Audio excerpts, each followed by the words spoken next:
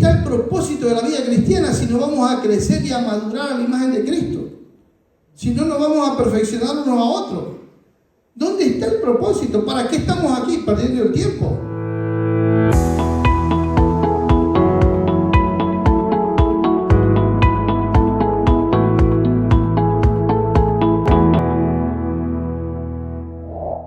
No se turbe vuestro corazón.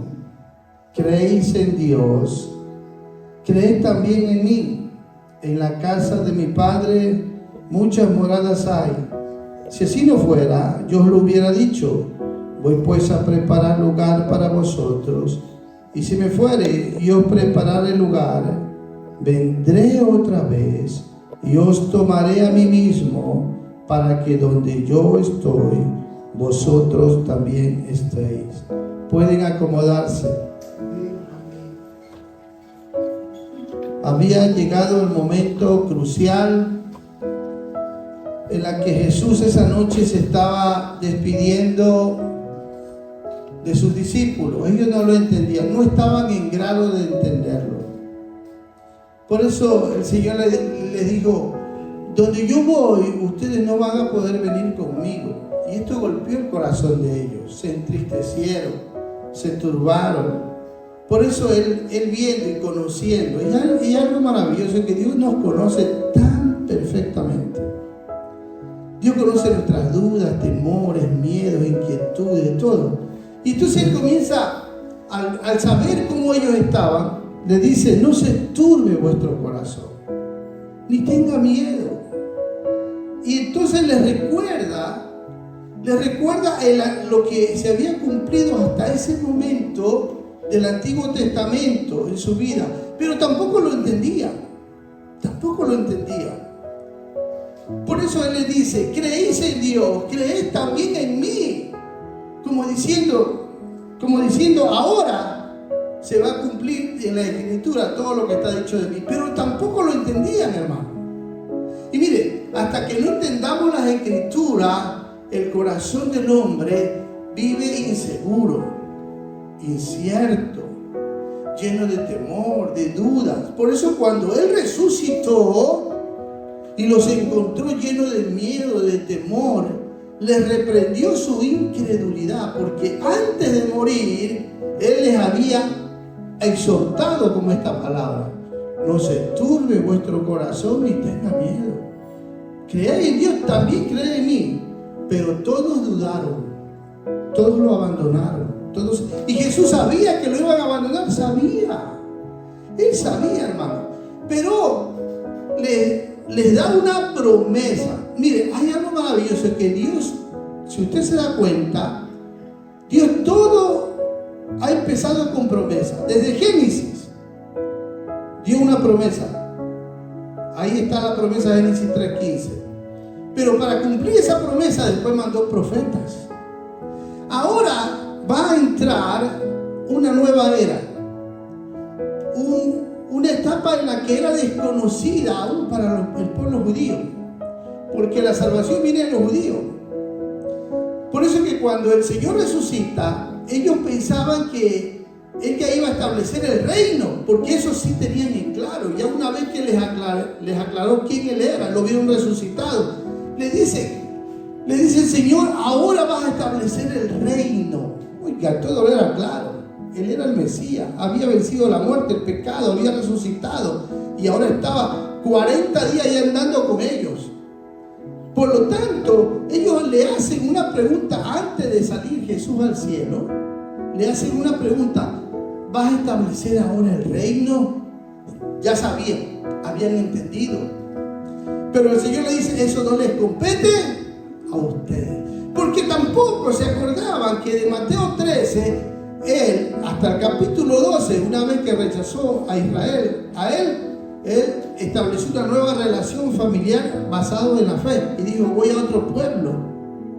Y comenzó a hablar y le dice: a ustedes les he revelado los misterios de Dios.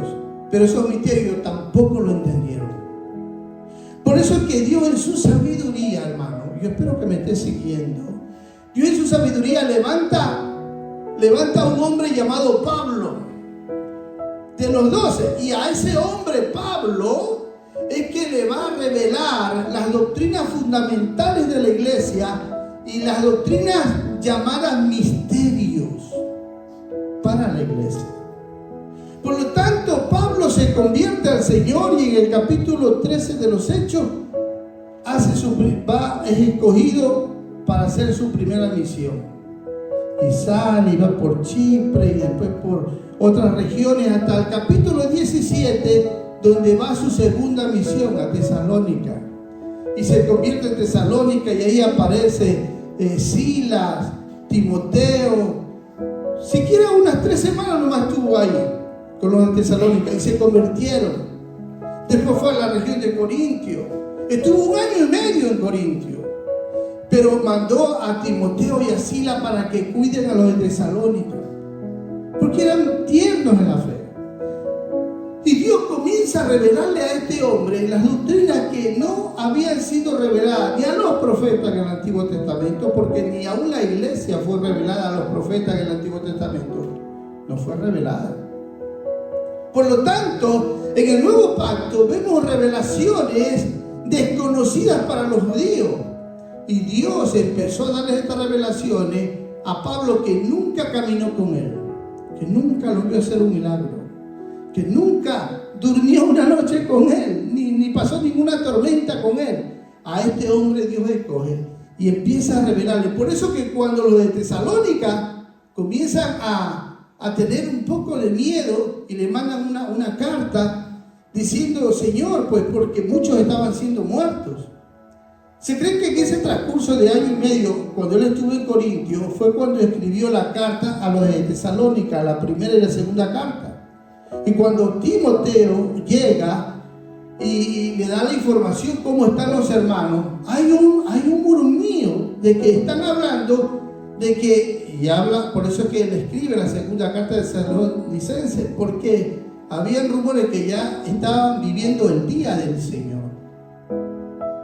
Y entonces él escribe y le dice: no quiero que nadie los perturbe, ni por carta, ni por letra, ni por presencia, ni por doctrina, ni enseñanza de que el día del Señor ya está. No, porque primero vendrá la apostasía, dice el capítulo 2 de Tesalonicenses. Dice, y después dice: ya está en acción el misterio de la iniquidad. Y por eso la Biblia habla de, miren, la Biblia revela 2 misterios. El misterio de la iniquidad, quiere decir de la impiedad, de la maldad. Y el misterio de la piedad. Porque cuando habla Timoteo dice: grande es el misterio de la piedad. Dios fue revelado en carne, en hombre, visto de los ángeles, predicado a los gentiles. Entonces está hablando de 2 misterios. Y mire, por eso es que Pablo, cuando se refiere a la iglesia, simplemente, por favor, escúchenme, no estén buscando, después lo vuelven a leer en YouTube o ver.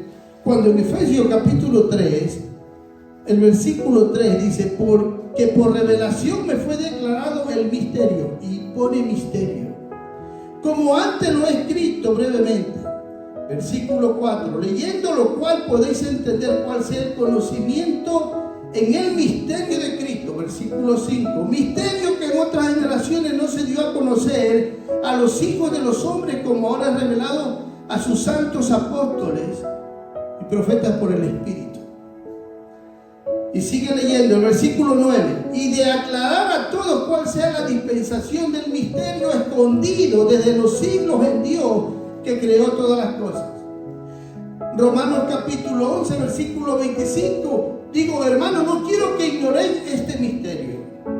En 1 Corintios capítulo 15, versículo 51, habla sobre otro misterio que va a declarar cómo hay otro modo de llegar a la presencia de Dios. Y no es por medio de la muerte, sino por un traslado en un abrir y cerrar de ojos. Y así Pablo revela doctrinas que solo a él se le fue revelada, al apóstol Pablo. Por eso las doctrinas fundamentales del Nuevo Testamento y las llamadas misterios le fueron dadas solo al apóstol Pablo. Ningún profeta no reveló en el Antiguo Testamento a la iglesia, ni habló de estos misterios.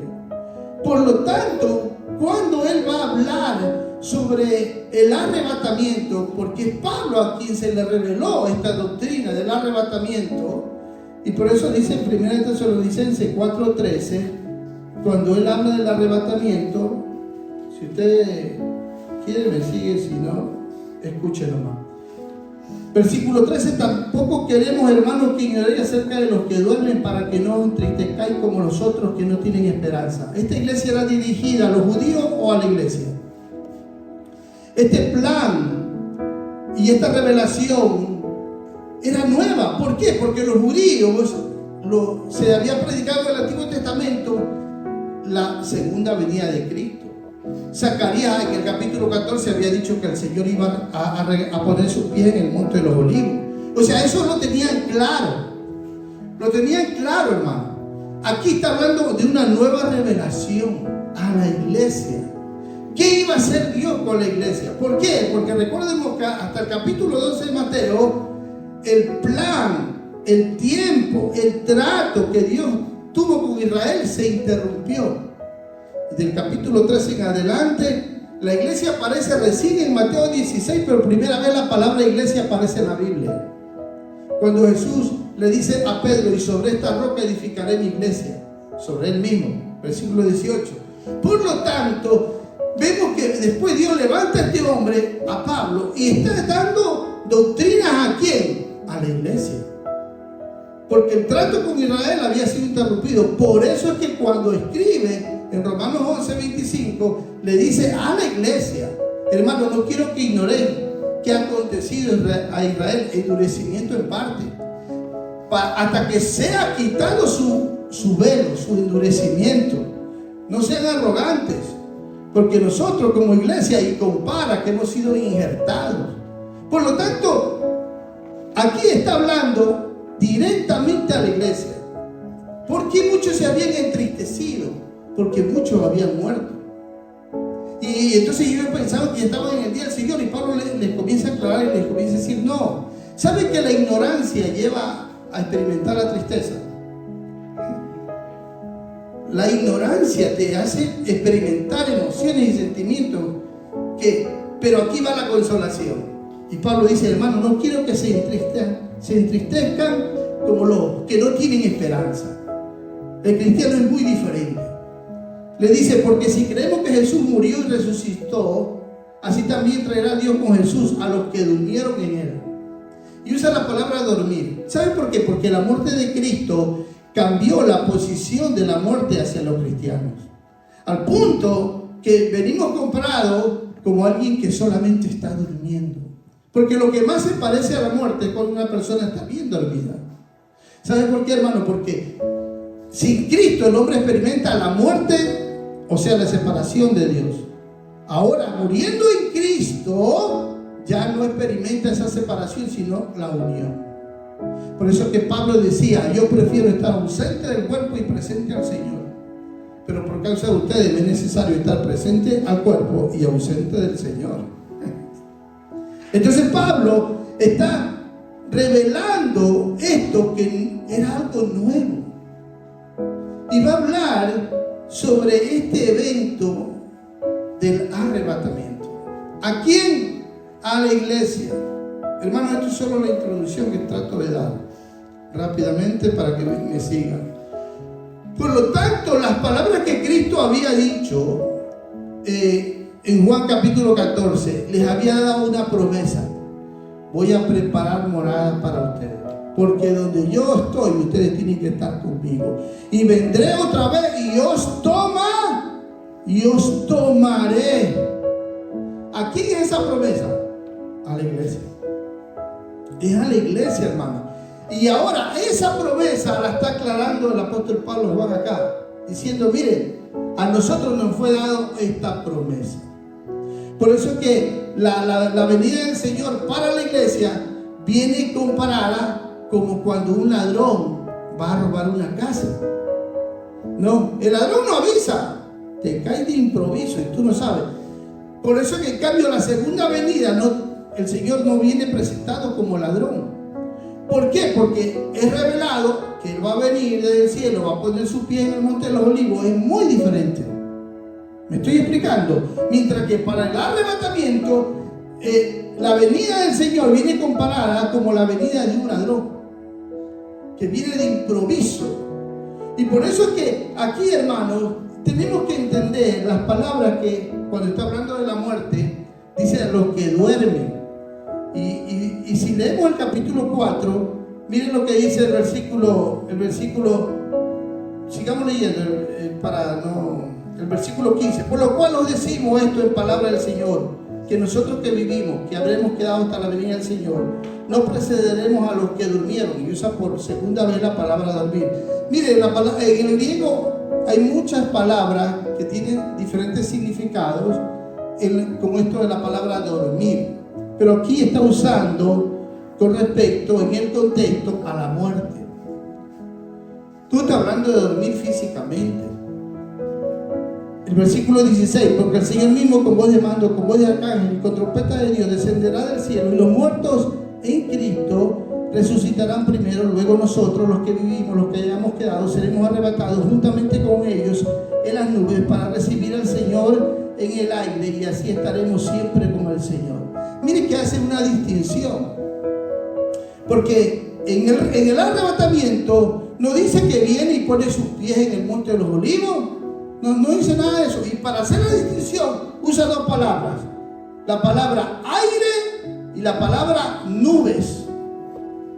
Porque el arrebatamiento, el Señor no se ve visible. Dice que seremos arrebatados y nos encontraremos con el Señor en el aire y en las nubes. Lo que no dice ni Zacarías ni los profetas en el Antiguo Testamento, ni tampoco lo que dice Apocalipsis, que Él viene y pone sus pies en el monte de los olivos. ¿Sí se da cuenta que es diferente? Ahora muchos dicen no, porque esta es la última trompeta, porque la confunden con la trompeta. Mi hermano, esto es solo la introducción. Vamos a 1 Corintios 15, 51. Perdónenme que estoy así andando, hermano. Dice la palabra de Dios en 1 Corintios capítulo 15, versículo 51. ¿Y por qué estoy haciendo esta aclaración como introducción? Porque es tan importante que entendamos, hermano, la diferencia que existe. Y dice que en el versículo 51, Pablo, 1 Corintios 15, 51, aquí os digo un misterio. No todos dormiremos, le está hablando a la iglesia, pero todos seremos transformados en un momento, en un abrir y cerrar de ojos, a la final trompeta, porque se tocará la trompeta y los muertos serán resucitados incorruptibles y nosotros seremos transformados. Entonces muchos dicen, miren, aquí dice la final trompeta, y comparan esta trompeta como la última trompeta de Apocalipsis, que son 7 trompetas. Entonces dice, la iglesia va a ser arrebatada a la mitad de la tribulación, porque se toca la 7ª trompeta. Pero se equivocan, ¿por qué? Porque las trompetas de Apocalipsis son trompetas de juicio y son trompetas de ángeles, mientras que en Tesalonicenses hemos leído que la trompeta que toca, dice, como arcángel, trompeta de Dios, no es trompeta de ángel, no es trompeta de juicio. Cuando se toca en Apocalipsis la última trompeta, sucede un terremoto cual nunca ha experimentado el hombre desde que está en la tierra. Existe una desgracia, un caos, muerte, destrucción. Mientras que cuando se toca esta trompeta no es de juicio, esta trompeta es para la iglesia. Entonces tenemos que saber distinguir el programa que Dios tiene con Israel y el programa que Dios tiene con la iglesia. Por lo tanto, hay otra, y le llama misterio. Aquí os digo un misterio. ¿Cuál es el misterio, Pablo? Que hay una manera nueva, diferente de llegar a la presencia de Dios sin pasar por la muerte. ¿Cómo? Seremos transformados en un abrir y cerrar de ojos. Y esa es la promesa de Juan 14. Vendré y os tomaré a mí mismo, porque la iglesia es el cuerpo de Cristo. Tomaré a mí mismo, porque donde yo estoy, ustedes tienen que estar. Por lo tanto, hermanos, en esta introducción y podríamos seguir adelante. Vámonos a 2 Tesalonicenses. Perdónenme, solamente escúcheme. 2 Tesalonicenses habla también con respecto, y para, mejor, antes de 2 Tesalonicenses, 1 Tesalonicenses, capítulo 1, versículo 9. ¿Qué habían experimentado los de Tesalonicenses? Habían experimentado un cambio. Mire, la única manera para poder entrar al reino de los cielos es que usted tiene que experimentar una transformación primero interna, que la Biblia lo llama la regeneración, un cambio de espíritu, de mente. Amén. Por eso dice 1 Tesalonicenses 1:9, porque ellos mismos cuentan de nosotros la manera en que nos recibisteis y cómo os convertiste de los ídolos a Dios para recibir al Dios, para servir al Dios vivo y verdadero y esperar de los cielos a su Hijo, al cual resucitó de los muertos, a Jesús, quien nos libra de la ira venidera. Y Pablo está hablando aquí ya de una ira. Y cuando la Biblia habla aquí de la ira, mire que usa ahí de la palabra de la, no en la ira, sino de la ira. Lo mismo que dice Apocalipsis capítulo 3 versículo 10. Por cuanto has guardado mi palabra, yo también te guardaré de la hora, no en la hora, sino de la hora de la prueba que viene sobre el mundo entero. Por lo tanto, mis santos del Señor, tenemos que saber distinguir estas cosas. No dice de la hora, sino de la hora. Quiere decir que la iglesia no participa del día de la ira y del día de la venganza de Dios, que es conocido como el día del Señor. ¿Me estoy explicando? Ay, mis santos del Señor. Por lo tanto, cuando llega al capítulo 5 de aquí en Tesalonicenses y habla sobre la venida del Señor, la compara como el ladrón que viene. Dice, versículo 3, capítulo 5, y cuando digan paz y seguridad, entonces vendrá sobre ellos destrucción repentina, como lo logrará la mujer encinta, y no escaparán. Mas vosotros, hermanos, no estáis en tinieblas, para que aquel día os sorprenda como ladrón. Mire cómo compara el arrebatamiento, que aquí está hablando. En el capítulo 4 había dicho que en un abrir y cerrar de ojos, primero los que están en las tumbas, en los sepulcros, resucitan, y después nosotros, para estar con el Señor en las nubes, en el aire. Y acá, en el capítulo 5, sigue la exhortación aquí a la iglesia. Y le dice, versículo 5, porque todos vosotros sois hijos de luz e hijos del día. No somos de la noche ni de las tinieblas. Por lo tanto, a nosotros no nos tiene que sorprender todo lo que estamos viendo que está sucediendo en este mundo. Porque lo que está sucediendo en este mundo, las alianzas que ya quieren quitar el dinero, que ya quieren poner un sistema global nuevo para controlar la economía, todo eso, ¿sabe qué nos está diciendo? Cristo viene. A nosotros como iglesia, el tiempo se le está terminando es a la iglesia. Porque una cosa es los tiempos finales para la iglesia y otra cosa son los tiempos finales para Israel. Son dos cosas distintas. Por lo tanto, hermano, el tiempo que resta de gracia es para la iglesia. No es para Israel ni para el mundo. Es que después empieza el día de la ira, el día de la venganza, el día de los juicios, el tiempo de angustia de Jacob. Es algo muy diferente. Porque Dios reanuda su programa con Israel. Porque se va a cumplir la 77ª semana que falta que Israel viva, que está profetizada en Daniel. Mis santos del Señor, por lo tanto aquí el Señor dice el versículo 6, por tanto no durmamos como los demás, sino velemos y seamos sobrios. Pues los que duermen, y otra vez usa la palabra duermen, pero en el contexto no está hablando ya la misma palabra de dormir, no está hablando de muerte, sino que está hablando de cristianos insensibles, fríos, indiferentes, que no están velando debidamente, que no están siendo sobrios, ni tienen ese espíritu de expectativa de que el Señor venga. Por lo tanto, dice, pues los que duermen de noche duermen y los que se embriagan de noche se embriagan, pero nosotros que somos del día, seamos sobrios, habiéndonos vestido con la coraza de fe y de amor y con la esperanza de salvación como yelmo, porque no nos ha puesto Dios para ira, sino para alcanzar salvación por medio de nuestro Señor Jesucristo. Versículo 10, quien murió por nosotros para que ya sea que velemos. Ahí está hablando de muerte, o sea, de los que ya estén, de los que estamos en vida, o que durmamos. ¿Cuándo usa aquí la palabra durmamos? Está hablando de qué? De aquellos que han muerto en Cristo. Dice el Señor, quien murió por nosotros para que ya sea que velemos, que durmamos, vivamos justamente con Él. O sea, no estemos aquí en este mundo ya. No estemos más aquí en este mundo. Así, ¿por qué? Porque la iglesia está ahorita dividida o puesta en dos partes. Los que ya están muertos en Cristo están una parte arriba, pero otra parte del cuerpo está aquí en la tierra todavía. Unos están velando todavía, pero otros han pasado a dormir, porque han muerto en Cristo. Y dice Pablo, sea que velemos, o sea que durmamos, estemos juntamente con Él. O sea, en otras palabras, no hay posibilidad que la iglesia, y la promesa es para la iglesia. En esta semana, una hermana de otra congregación, mientras estábamos comiendo, empezamos a hablar sobre esto, ¿no?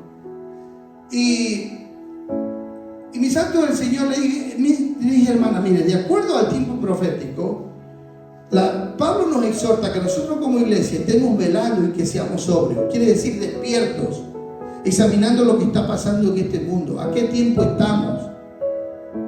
Y el tiempo para nosotros está terminando. Nosotros lo que tenemos que estar es hoy más que nunca. Ya dejemos de estar que con la carne, que con el mundo. Ya no, por amor a Dios. Dejémonos de estar con esas cosas que viviendo en la carne, con malicia. No, ya. Eso es la exhortación. Cuando usted vela, cuando usted está velando debidamente, usted se está aprendiendo a cuidar su corazón para Dios.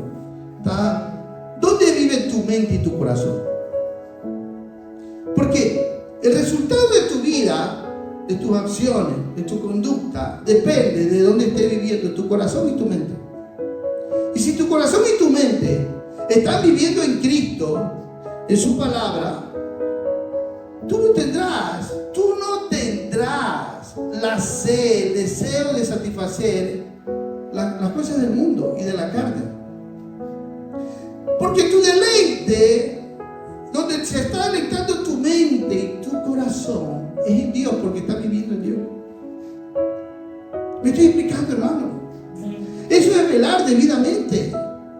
Entonces Pablo dice aquí, por lo cual animados unos a otros y edificados unos a otros, así como lo hacéis. La única iglesia que llevó un contentamiento al corazón de Pablo fue la iglesia de Tesalónica. Fue una iglesia que verdaderamente caminaba en pureza, en rectitud, en amor, en santidad. ¿Sabe? Fue la iglesia que de verdad supo consolar a Pablo, darle satisfacción, de decir, tu trabajo con nosotros no es en vano, tu tiempo con nosotros no es en vano, no es perdido. Mientras que la iglesia de los Corintios, hermano, tuvo una bendición enorme. 1 año y medio tuvo Pablo con los Corintios, pero más carnales que mandados así. Tremendo. Solo le daban dolor de cabeza a Pablo. Eran ingratos. Por lo tanto, en el amor de Cristo, hermano, como iglesia, que Dios nos ayude a ser como la iglesia de Tesalónica. Ahora sí vamos a la prédica. Entonces, hasta ahora en la introducción hemos visto la vida de Pablo. Yo digo, Señor, si tú no hubieses levantado a Pablo, ¿qué tuviéramos en el Nuevo Testamento? ¿Qué tuviéramos? La diferencia la hizo un hombre. Un hombre, hermano. Quitemos del Nuevo Testamento todas las 12 cartas de Pablo. No, 13, porque le dan 13. Y son donde están las doctrinas fundamentales. Y son donde están estas doctrinas llamadas misterios. Y mis santos del Señor. Por eso que, miren, los apóstoles tuvieron el privilegio de estar y de caminar con el Señor 3 años. Y aun cuando esa noche se estaba despidiendo y Él le dijo, no se turbe vuestro corazón ni tenga miedo, no entendían nada. Y Dios sabe que se resucita, les llama la atención, pero sabe que a ellos no les va a revelar todos estos misterios.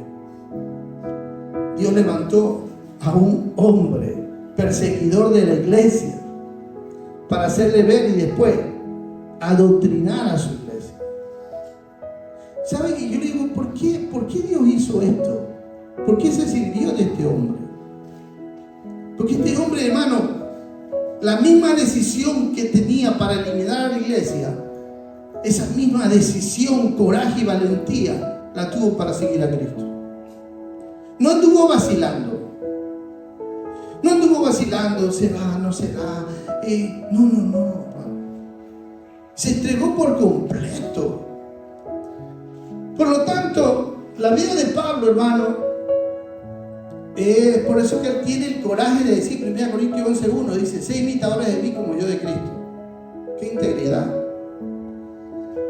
Y yo le decía a la hermana, y la hermana me decía, ay, que yo voy a la iglesia donde voy por el Señor, no por los hermanos. Cuando dijo eso, le dije, hermana, está equivocada. ¿Sabes por qué está equivocada, hermano? Porque la iglesia es el cuerpo de Cristo. Y si usted ama a Cristo, usted tiene que amar a la iglesia. Si no, es un hipócrita. Es así, hermano. Es la verdad. No podemos decir que amamos al Señor, pero el hermano no lo ama. No, porque es el cuerpo de Cristo. Y no puedo decir, yo vengo a la iglesia por el Señor, pero no por los hermanos. Muy equivocado. Porque Pablo dice que nosotros tenemos que aprender a tener una referencia. Y por eso Pablo dice, sé imitadores de mí, como yo de Cristo. Y él se ponía como el modelo viviente para poder que los otros vean cómo se tiene que vivir la vida cristiana. Quiere decir que nosotros tenemos que encontrar gente de referencia en la iglesia que me pueda ser de bendición y de ayuda espiritual a mi vida. Que yo pueda ver en esa persona, en ese hermano, una referencia y un ejemplo de vida. Porque si no, hermano, ¿dónde está el propósito de la vida cristiana si no vamos a crecer y a madurar a la imagen de Cristo? Si no nos vamos a perfeccionar unos a otros. ¿Dónde está el propósito? ¿Para qué estamos aquí perdiendo el tiempo? Si no hay cambio, si no hay transformación, si no hay humildad, si no hay perdón, si no sabemos hacer fuertes, perdonarnos, soportarnos, alentarnos unos a otros, entonces ¿para qué estamos? ¿Me explico, hermano? Entonces no, la vida cristiana tenemos que cambiar de visión. Por eso Pablo animaba a la iglesia, hermano, tenemos que aprender a vivir en esta vida, en este cuerpo, porque estamos viviendo esperando al Señor. Por eso usted lea de su casa 2 Corintios capítulo 5 del 1 en adelante, y Pablo nos exhorta que tenemos que vivir agradándole a Dios, estando presente en el cuerpo y ausente de este cuerpo. ¿Cómo? La visión de este hombre no estaba en esta vida, estaba más allá de esta vida. ¿Sabe por qué? Porque él vivía con esa expectativa de recibir al Señor. Era consciente que vivía desnudo ante los ojos de Dios. ¿Sabe, hermano? Si nosotros de verdad estamos queriendo esperar al Señor, tenemos que ser conscientes que para el cristiano no existe la vida privada. No existe. Porque los ojos de Dios están sobre nosotros. El proverbio dice que los ojos de Dios están sobre los justos e injustos, sobre los malos también. O sea, y Hebreos capítulo 4 versículo 13 dice que toda cosa creada está desnuda ante los ojos de Dios, a quien tenemos que dar cuenta. Por lo tanto, nosotros tenemos que ser conscientes que no tenemos una vida privada ante Dios. Dios nos ve donde estemos, en el baño, cómo dormimos, cómo nos sentamos, cómo hablamos, cómo pensamos, ve nuestras motivaciones, ve. No existe una vida privada para el Señor. Por lo tanto, nosotros tenemos que estar conscientes que es una locura querer esconderle algo a Dios. No podemos hacerlo. Salmo 139 del 1 al 6, ustedes lo leen en su casa. ¿A dónde iré de tu espíritu y a dónde me esconderé de tu presencia? Tú conoces mi levantarme, mi sentarme, mi andar. Tú conoces, antes que yo diga lo que voy a decir en mi boca, ya tú lo sabes. Ya tú lo sabes. No hay vida privada. El cristiano no tiene una vida privada delante de Dios, porque Dios conoce todo. Y David termina diciendo: esto es demasiado grande para mí. ¿Por qué? Porque, hermano, Dios ve hasta una hormiga bien negra en el túnel más negro. Dios la ve. Me estoy explicando, hermano. Entonces, si estamos hablando de estar como iglesia esperando al Señor, tenemos que ser conscientes de estas realidades, hermano, de la omnisciencia de Dios. Porque un día, hermano, todos nosotros compareceremos ante el tribunal de Cristo para dar cuenta, dice Pablo, de lo que hicimos en el cuerpo. De lo que hicimos en el cuerpo, o sea, mientras tuvimos esta vida presente, sea bueno o sea malo. Y Dios nos va a juzgar, no por los pecados pasados. Yo me convertí en el año 1985.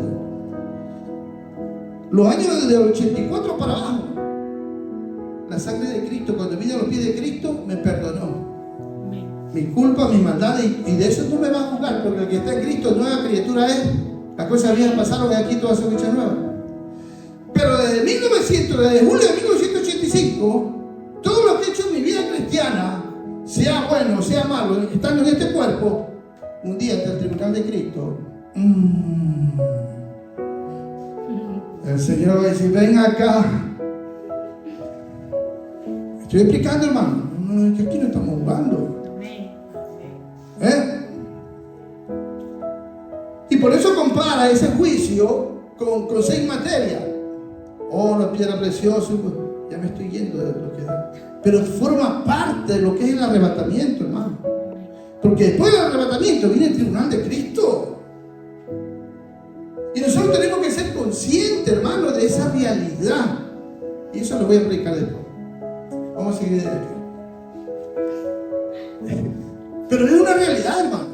Por lo tanto, nuestro corazón está desnudo ante los ojos de Dios. ¿Ah? Y ahí tenemos cuenta. Y bueno, eso lo voy a hacer.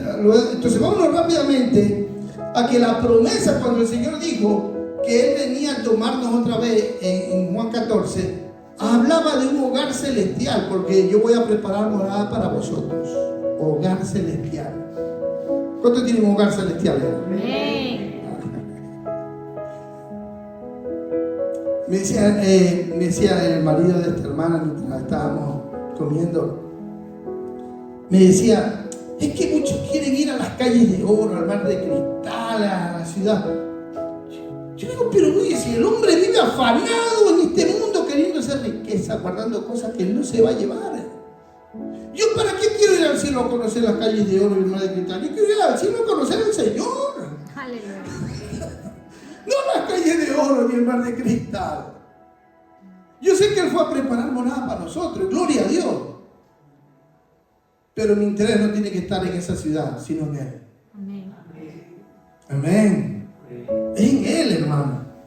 Entonces dice la Biblia en 2 Corintios, capítulo 5, versículo 1, que si nosotros, esta morada un día se va a deshacer, este barro en el que vivimos se va a deshacer, pero tenemos una nueva casa, dice el Señor. Y aquí está hablando del arrebatamiento, el apóstol Pablo. Porque sabemos que si nuestra morada terrestre, este tabernáculo, se deshiciere, tenemos de Dios un edificio, una casa, no hecha de manos, eterna en los cielos. Y miren lo que dice el versículo 2. Y por esto también gemimos deseando ser revestidos de aquella nuestra habitación celestial. Un hogar celestial. Pero cuando hablo de una habitación celestial, está hablando de una transformación. Amén. Porque está hablando del cuerpo aquí. Versículo 3. Pues así seremos hallados vestidos y no desnudos. Porque así mismo los que estamos en este tabernáculo gemimos con angustia. Mire, porque no quisiéramos ser desnudados, sino revestidos, para que lo mortal sea absorbido por la vida. Qué gloria, hermano, qué linda esperanza. ¿Cómo será eso que ahorita somos mortales, sí o no? Conocemos el dolor, la enfermedad, la tristeza, el llanto, conocemos todo eso que mortalmente se conoce uno. Y mañana dice, tiene cáncer, se va a morir. Pero ¿cómo en el arrebatamiento Pablo está diciendo, esto mortal va a ser absorbido por la vida? ¿Cómo? ¿Qué está diciendo, pastor? Sí, lo que dice aquí la Biblia. Va a ser absorbido el arrebatamiento, transformado en gloria, lo que leímos en Corintios. En un abrir y cerrar de ojos. Se acabará, y cuando ya seamos inmortales, ya no tendremos miedo a la muerte. Se acaba el temor a la muerte. Ahorita, como somos mortales, tenemos que tener, hasta eso a veces tenemos miedo a la muerte, a la enfermedad. Ay, ¿qué saldrá en un diagnóstico? ¿Qué me dirán? ¿Qué tengo? ¿Qué me sale? Se acaba todo eso, hermano. Y lo que aquí está hablando el apóstol Pablo es que los cristianos, la iglesia, van a ser absorbidos, arrebatados. O sea, lo que le estoy diciendo es que Dios se prepara a hacer este evento en estos tiempos. En cualquier momento, miles o millones de cristianos van a desaparecer. Gente va a desaparecer. ¿Usted lo cree? ¿Cómo puede usted creer en una cosa así? ¿Que van a desaparecer gente? Oiga, usted puede medir lo que está diciendo, pastor, ¿sí? ¿Y por qué? ¿Por qué lo creemos? ¿Y por qué nosotros lo creemos? Porque si Dios ha cumplido todo lo anterior, ¿por qué no va a cumplir esto? Dios va a cumplir, hermano. Por lo tanto, este será un acontecimiento único en la historia humana. Porque en la historia humana han sucedido terremotos, maremotos, huracanes, ha sucedido peste, pero un evento así ha sucedido. Por eso es que Enoc es símbolo de la iglesia. Antes de que venga el juicio del diluvio, Enoc fue arrebatado por Dios. Dios ya ha dado testimonio en el arrebatamiento a través de Enoc. Felipe, cuando estaba bautizando al eunuco, ¿qué dice la Biblia? Que fue arrebatado. Oiga, ¿cómo habrá sido esa experiencia? Hablando de un cuerpo mortal, porque desapareció y apareció en otra ciudad. Yo me imagino al eunuco que dice, ¿y este dónde se fue? Me dejó solo. Fue arrebatado Felipe. Hermano, ¿acaso Dios no puede hacer eso? Dios puede hacer eso, hermano. Eso y mucho más. ¿Y cómo lo va a hacer? Dice el versículo 5. Ahí está la respuesta en el versículo 5. Mas el que nos hizo para esto mismo es Dios. Pablo dice, es posible. ¿Sabe por qué? Porque Dios para eso nos hizo a nosotros como iglesia. Dice, quien nos ha dado, pero ¿a quién Dios va a arrebatar? A los que tienen esta caparra, las arras del Espíritu. Esta promesa no es para todos. Esta promesa es solo para aquellos que aquí cuentan con esa caparra, con ese adelanto, las arras del Espíritu. ¿Quién no tenga las arras del Espíritu? ¿Quién no se haya unido a Cristo y sea uno con Cristo espiritualmente? El arrebatamiento ni sueñe. Preguntémonos, nosotros contamos con ese adelanto, las arras del Espíritu. Tú cuentas con el Espíritu Santo. Vive en ti el Espíritu Santo. ¿Por qué? Porque antes de que Dios derrame juicio, el Espíritu que ahora es residente aquí en la tierra por medio de la iglesia tiene que ser quitado. Y el Espíritu Santo es quitado del mundo llevando a la novia de Cristo. Por eso, hermano, Cristo se va a casar en el cielo con la iglesia. Y cuando regresa casado. Por eso que es muy diferente el vocablo de Mateo capítulo 24 y capítulo 25, cuando hay tantas parábolas. Y entre esas parábolas están las 10 vírgenes, esperando al esposo que viene con quién. Y 5 y 10 eran. Y 5 si tenían aceite. Todas las 10 se durmieron. ¿Y eso qué representa? Israel. Porque en el tiempo de la gran tribulación, Israel, los judíos que se están convirtiendo, son los que van a creer en Cristo, que mataron hace más de 2000 años. Pero un grupo va a estar esperándolo de verdad, aunque si se van a dormir un poco, pero van a tener el aceite. Las que no tenían el aceite, fueron, ya no, esas no entran. Pero ya el novio venía casado ya con la novia. Ese es el regreso de Cristo. Y son los 5 vírgenes que representan al pueblo de Israel, un remanente que va a permanecer, es que va a estar esperando que regrese el novio casado con la novia ya, con la esposa. Y por eso en Apocalipsis 19 aparece el regreso de Cristo, que viene con los redimidos, con los santos, no son ángeles. Él regresa casado ya con la novia, casado. Y por eso en Mateo 24-25 habla toda esta parábola con respecto a que a la venida, a la segunda venida de Cristo. Pero ahora estamos hablando, Pablo está diciendo, nosotros nos vamos primero. ¿Por qué? Porque Israel tiene promesas terrenales, nosotros celestiales. Por eso el Señor dijo, voy a preparar morada para ustedes. La promesa para la iglesia. Entonces, en el milenio es que va a cumplirse las promesas terrenales que Israel todavía no ha vivido. Y Dios no es hombre ni mentiroso para no cumplirlas. Por eso es que Cristo regresa y pone sus pies en el monte de los olivos para reinar aquí 1000 años y le va a demostrar al mundo lo que hubiese sido el mundo si Adán no hubiese pecado. Oiga, todo será glorioso. Bueno, ya me estoy en otro lado. Ay, mis hermanos. Pero es importante que entendamos. Estamos entrando nosotros, hermano, al tiempo final para la iglesia. No para Israel, no para el mundo, es para nosotros. Y hoy más que nunca tenemos que saber curar nuestro corazón, guardar nuestro corazón.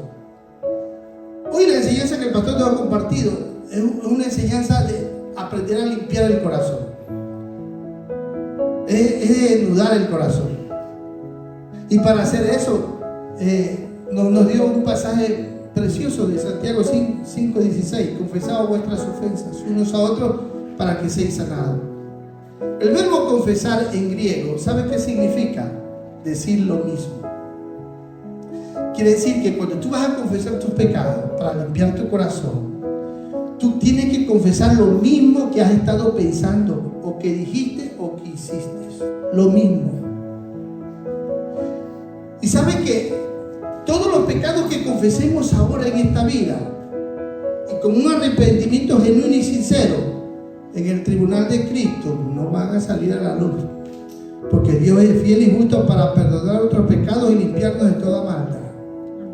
Por eso es importante vivir una vida limpia y pura aquí. Es ahora, hermano. Es ahora. Porque el Señor va a sacar lo oculto y lo vergonzoso a la luz. Por eso es que Pablo dice, yo tengo en poco el ser juzgado por ustedes.